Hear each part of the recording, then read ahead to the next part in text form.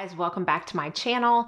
I know it is already January and most people did their favorites of the year compilation videos in December, but I didn't do all of mine. I still have my skincare favorites and I decided to do a perfume favorites because I had mentioned it in another video and quite a few of y'all said you would love to see that. So I have in front of me 10 perfumes that were my absolute favorite for the year of 2022. I believe I got all of them in 2022. I feel like I told myself to stick to those. And just the ones that I'm so glad to have a full bottle of. And when I say that, that kind of means a lot because I know my collection is definitely bigger than a lot of people's, but I have a vast array of decants, like 5 mils, 2 mils, 10 mils. Because my collection is so large, I really want to kind of curate it to be full of things I absolutely just adore in full bottle form. And these 10 are ones that I'm definitely happy to have in full bottle form. So let's go in no particular order. And I'm not going to spend too much time on all of these. Some of them that I maybe haven't talked about before, I will spend a little bit more time, but some of them I've just waxed poetic about on and on and on in multiple videos, and I will try my best not to linger on those for too long. And the first one is one of the ones that I have waxed poetic about in many videos, and it is hands down my favorite blind buy of the year, and it is the Givenchy L'Interdit Rouge. This one is so incredibly good. It is a spicier version of the original. I have tried samples of the original. I do not have a full bottle. It's a little bit less on the tuberose, which I personally love, but I know a lot of people aren't the biggest fan of. I think even if you aren't a fan of tuberose, you still need to get your nose on this because it is, again, dialed back on the tuberose, but has a little bit more spice to it because it has ginger and blood orange, and it just comes across as, again, a just spicy, more kind of fun version of the original, in my opinion. I have not tried the Intense in the black bottle. A lot of people say that is great too. And I've heard a couple of people say they get like a root beer vibe off of this. I guess if I really smelled it, I could pick that up, but I have other scents in my collection that definitely give me more of that vibe than this one does. And I will wear this day, night, all year round. It does not matter to me because I love it so much and it's hard to see, but I put a good little dent in it for the amount of time I've had it. I got it in April during the Sephora sale, again, as a blind buy, and I just can't recommend it enough, especially because this one should be one that you should be able to go into a store and smell before you buy it. But it was such a successful blind buy and it lasts forever on my skin. That is something that I really took into consideration too when picking these because that's important to me. I really want something to last a while. I wear perfume for me, so I want to smell it all throughout the day. There are some scents that don't last but 2 hours and I love them so much I don't care. But as a whole, I really want something to last, and this one does. I'm talking like 12 hours. It is definitely my longest lasting designer perfume in my collection, hands down. So Givenchy L'Interdit Rouge. The next one I have not talked about because it is the newest one to my collection out of all of the 10 that I'm going to speak about today. But it's one of the ones that I got a sample of, even on paper, fell in love with it, but then I wore it and I was like, yep, done, full bottle, worthy, 1000%. And it's from Perfume Roma, which is quickly becoming one of my favorite houses. I'm thinking about doing a video on my top 3 houses. This is definitely in that list. I love it so much. And this is their newest scent that just released, I want to say maybe in December, and it's called Kanto. And this is a white floral, kind of woody patchouli scent. Now, I have patchouli from Perfume Roma and love it. It is not that patchouli. It is definitely a smoother patchouli, like a little bit more dialed down because it does have the floral elements. However, it's not a blast of florals, right? It's gardenia is the main white floral in it, and sometimes that can be a little overpowering. I don't get a blast of that. I get a very smooth, even mixture of all of the notes. And when I say it's linear, I mean like what I get at the beginning is what I get all throughout the day. It doesn't really change based on where it is in the dry down. It's just a beautiful combination of the notes of gardenia and patchouli and gaiac wood. Has some tonka bean in it too, which I feel like helps cut down on the patchouli, but also lends to the smoothness, because scents that have tonka in it, just to me, are very, very smooth. They're almost like creamy type scents, and this is definitely one of them. I do not think this is blind buy safe. The more you get into niche non-designer perfumes, the more different they can smell to everyone, right? They're not as mass appealing as the designers try to be, but this one is absolutely gorgeous. And another reason that I love Perfume and Roma so much is because A, you don't need a lot to last all day, but they are very oil based. And so they actually recommend that you rub your skin together after you spray, which is not recommended for the majority of perfumes because it can break down molecules and maybe change the scent and longevity of a fragrance. But this house definitely recommends that you rub that together. And I can totally smell a difference when I do. I feel like it lasts longer and just the notes really pop. So ISDIN Kanto from Perfume and Roma is so good. One spray on each arm, rub it together, a spray on my clothes, and I'm good to go for the entire day. This one is more unisex, and I have not worn it in the summer months. Obviously, I just got it, but I'm definitely going to try it in the summer months because I just love it so much. All of these I want to wear all year long, and I just don't care. This next one is one I'm definitely not going to spend a lot of time on because it's one I have talked about the most out of all of these, because it is probably my favorite scent of all time, and it's from Maison Crivelli Patchouli Magnetic. I talk about this so much, but this is a fruity tropical patchouli scent. It has peach in it, definitely has patchouli, it has some gardenia, it has a little bit of vanilla, but the majority of what I get is patchouli and peach. And there's also a very cold sense to this fragrance. It is meant to feel like riding a motorcycle through a patchouli field during a thunderstorm. And I'm not making that up. That's like in the copy. But I get all of those elements, kind of like a little bit of the metal from the motorcycle. I get the coldness from like the thunderstorm, definitely the patchouli. It's just oh so beautiful. And the most potent scent I have in my entire collection. It does not look like I have used much of this. I also have a travel spray of it that I have used quite a bit of, but it's because I can, but I do not spray more than 2 sprays of this or I will knock everybody in my vicinity down.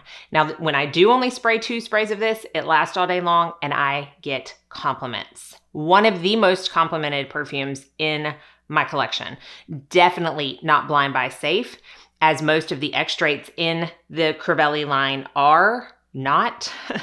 But it's one you must get a sample of. I have had many people tell me that they absolutely love it, and a few that told me they don't. But it's one that I feel like everybody needs to get their nose on anyways. I got that in April as well, and I just can't stop, won't stop. Now, this next one is a designer that was a mistake. I bought it because I thought I was getting a different flanker. I thought I was getting the Libra Parfum. And instead, I bought the Libra Intense, or Libra, however you want to say it. This is from YSL. And when I got this and sprayed it, I was like, oh man, everybody's so right. This smells so good. And then, I was filming when I said this, okay? And then I went to look at the notes and I was like, oh my goodness, this is not the perfume I thought I bought. And it's not. And I have since gotten a travel spray of the Parfum, which is great. It's a little bit sweeter than this, a little more vanilla, but I still think I like this one the best. Now, let me preface by saying I absolutely do not like the original YSL Libra. I don't know how you say it. Libra. I'm a Libra, like my horoscope, so that it's not spelled that way and it trips me up. I've seen, this one, okay? I don't like the original at all. And this is very heavy in lavender, and I think that's the reason I don't like the original. But there is something about this that I absolutely love. It has lavender both in the top and the middle. It has a little bit of citrus on the top as well, but I get mostly like a little bit of the smooth lavender. It's not like a lavender candle, okay, or fresh pick lavender. I can't handle that kind. But what I think helps this is the tonka bean and the orange blossom. I really like orange blossom as a white floral. It's sweet to my nose and kind of fluffy, and I get that effect through this perfume. And then it has ambergris on the bottom, and I can smell that as well. There's something about this that is so gorgeous and so comforting while also making me feel like confident and really appropriate in my mind for any situation. If I worked in like a corporate setting, I would wear this daily. It's just beautiful. This was my New Year's Eve scent. I love everything about it. I'm glad I picked up the wrong one. And again, I got the Perfume and I still think I prefer this one. So Libra Intense. This next one is one that has been on my wish list since I sampled it at the beginning of the year. And when I first sampled it, I absolutely did not look up the notes. I was just like, I'm sampling it, I'm gonna see it. And I was like, oh, I really love this. And then I looked up the notes and I saw rose in the top. And I'm like, why do I really love this? Because rose and lavender are two of the notes that I have the biggest trouble with, that my nose just really can't get on with in most instances. But this one, y'all, this one was actually sent to me as a gift. It was like a Christmas gift from Twisted Lily. And I am so incredibly excited about it because, again, I have had it on my wish list forever. And I think they knew that because they picked a great choice. It was Fragrance Dubois, New York, 5th Avenue. Y'all, this is the one and only, now I'm not going to say it's the only rose fragrance that I like because obviously I love like Oud Satin Mood from MFK. That's definitely a rose, but that's more of a jammy rose. This is the more on the fresh rose side fragrance in my collection that I like. But it's still not like walking through a garden, okay? Because it has caramel in it as well. So this is a thicker, sweeter rose to me. And the combination of those notes somehow evoke a spiciness to my nose, but not like a hot spiciness, almost like a Christmas time spiciness. Like this is reminiscent to me of Christmas for some reason. It just brings those memories back to me, but it's not so much so that I'm only going to wear this around Christmas. This was my Christmas Eve scent, but I will wear it all the time because it's just so incredibly pretty. Now, this is my second Fragrance Dubois that I have in my collection. The other Oud Orange Intense is very, very good, but very, very, very different from this. So if you are someone that doesn't like rose, like me, I would still say get your nose on this because it is a very sophisticated, but still sweet, little bit woody, feminine scent. And when I say feminine, I'm not saying that men can't wear this because they can. In fact, I think Chad would probably smell really good wearing this. But to me, it just, I don't know. It's so good. Sometimes I get so enamored with a scent that it's hard for me to explain it properly, but hopefully it's coming across. This to me is Christmas time in a bottle, but I'm going to wear it all the time. This next one is a flanker, a limited edition flanker that I hope you can still get. If I can find it, I will link it. If not, I'm sorry, but I would be lying if I did not put this in my top 10. And this is the flanker for Shalimar that came out this year, Melissa May Tonka. Shalimar is a very polarizing scent, I have come to learn. You either love it or you hate it. There's not much in the middle from what I have gathered. Shalimar is a scent that my mom wore when I grew up, and she was not someone that had multiple perfumes in her collection. She was Shalimar all the way. Every time she wore perfume, it was Shalimar. So I have a nostalgic place in my heart for the very rich amber scent that is Shalimar. I don't have a full bottle myself, but I love the scent because it evokes my mom. Like that's just what brings to my memory whenever I smell it. This is not the original Shalimar, but by like a tiny, tiny little bit. Like the DNA is there, okay? But the Tonka, the sweet, powdery Tonka with a little bit of almond is what I get the most from this. It is a powdery almond Tonka bomb. I love everything about it. I wore this yesterday and I just could not get enough. I am never self-conscious wearing this around people. And really, I'm not self-conscious wearing any of my scents around people, but sometimes if it's something like that I know I love, but maybe not everybody else will, and I'm around other people, I'm like, oh, I wonder if they like, like I wear it for me, but sometimes I can get a little like, oh, I don't know. This one, I'm never, because it smells so good. It's not too overpowering. I mean, I could probably overspray this, but I would do like 5 or 6 sprays. It's not a 12-hour perfume on me. I get a good 5 to 6 hours maybe, but it is so beautiful. It's been compared a lot with the Guerlain Tonka Imperial, which I actually used to have, but I don't anymore because when I got this one, I felt no need to have both. I like this one better. If you smell Tonka Imperial, you may disagree with me, but that is my opinion. It is just a powdery almond, sweet, gorgeous scent with a tiny bit of the amber DNA from the original Shalimar in the background. Oh, how I love this next one. This next one is one that when I don't know what to wear and I just don't know what I'm feeling like for the day, which can sometimes be more days than not with the collection that I have, I reach for this one. I'm never disappointed. This is from 4160 Tuesdays, London, which is another favorite house of mine. And this is called Dancing with Strangers. I don't think I've ever talked about this on my channel, but oh my goodness. If you are a fan of Ombre Mercure Extreme or Replica's Lipstick On, or any of those kind of lipsticky, makeup-y iris scents, you are going to like this, but they are not the same. Even though it has lipstick as a note on Fragrantica, it is not the same lipstick that I get from those other ones. I get more of like a sugary violet from this, which can sometimes lead to the makeup-y smell, but it's different. It's different. It's similar enough to where if you like the other scents, you're gonna really like this one, I think, but it is just a sugary violet scent. Now this has rose listed. I personally don't get much rose at all, but it is sweet. It is enveloping. It is so pretty. It's pretty. And I don't typically go for the pretty scents. I'm more of like a boozy, rich, deep type of scent, but this one is pretty and I love everything about it. It is perfect for any occasion, which most of these are, but this is kind of like that white t-shirt, chic, effortless, put together fragrance. So gorgeous. Now, a little bit of a deeper one, but still a little bit of sweetness to cut that, is from Liquid Imaginaires, Les Liquide Imaginaires. Y'all, it's from, I'll put it up on the screen.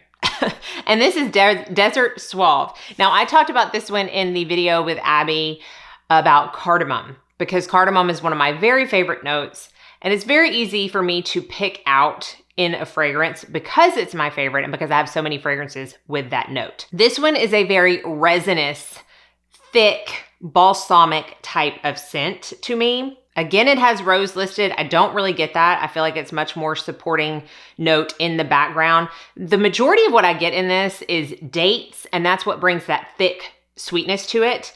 Cardamom, and then this has a sesame note, which I love. It's a very, how do I explain this? It's hard for me to explain sesame, but if you've ever opened like a jar of sesame oil and had that just roasted kind of resinous, nutty kind of smell, that's what that invokes for me. And that's the majority of what I get. It's very well blended, but again, it's thicker, but it's not off-putting. Like it's not one that I can only spray to, or I'm just going to be a fragrance bomb walking. It's not like that at all. It's not one that actually even lasts more than like 6 hours on my skin, which for heavier notes, typically they seem to last a bit longer, but this one is more moderate on me, and it is not overpowering, but it's very rich smelling. And again, I get the sweetness from the dates, I get the little bit of spice from the cardamom, and that kind of resinous nuttiness from the sesame. It's absolutely beautiful. And I love the bottle. I love the color of the perfume. I just love everything about this. And very, very appropriate for, in my opinion, like the fall and winter, especially when you're wearing big cozy sweaters. I got this in August and I wore it in August, but I don't really remember if it was too much in the heat. So I'm going to have to try that again, but this one might be. It might be just a little too much in the intense summer heat, but I will definitely wear it in the fall, winter, and spring. 2 more to go. This one is another one that I have talked about a lot, and I got this one in October. And this is probably the most amber of all the scents that I've talked about. And this is from Jermaine, and it's called Passion Victim. And again, it's a very ambery scent. This is also one of those like super sophisticated, don't know what to wear, want to feel put together type of scents that really goes with anything, any season, any occasion, because it is really just amber and vanilla to my nose. Obviously, it has other notes like olibanum. It's got some mandarin. It even has rose listed, but again, it's not prominent to my nose. The majority of what I get is amber and vanilla with a little bit of sandalwood that gives some kind of sweet woodiness to it, smooth, kind of creamy woodiness, but it is just a beautiful amber vanilla scent to me. I, for some reason, get a touch of patchouli in here, but I think that's just my nose wishing it was in here because I love patchouli so much, but it's not listed as a note, at least not on Fragrantica.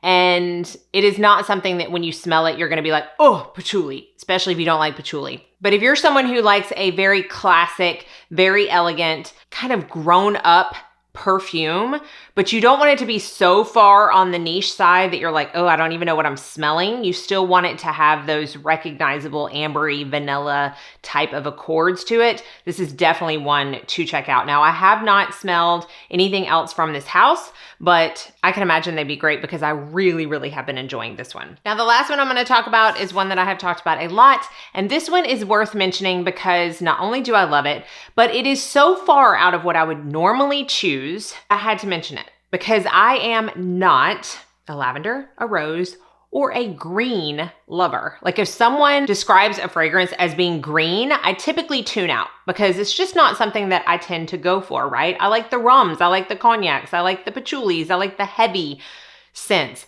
And green is just a little too fresh for my nose. This, however, is a green scent that I adore. And it is Ormond Jane, Ormond Woman. Talked about this a lot. I talked about this in my cardamom video as well. And it does have cardamom in it, but that is not the majority of what I get. I get a woody green scent from this, kind of like I am walking through a forest type of woody green scent. Now it has grass listed as a note. This is not like a fresh cut grass, not like you walked outside and someone just cut the yard type of scent. But it is a fresh perfume. You feel like you are in nature when you are wearing this, but in a very elegant way. It is one that is loved by many and for good reason. Some people say it's not special enough. I don't always need special. Like I don't always need super different. Sometimes I just need a scent that makes me feel good. And this is one of those. It makes me almost calm.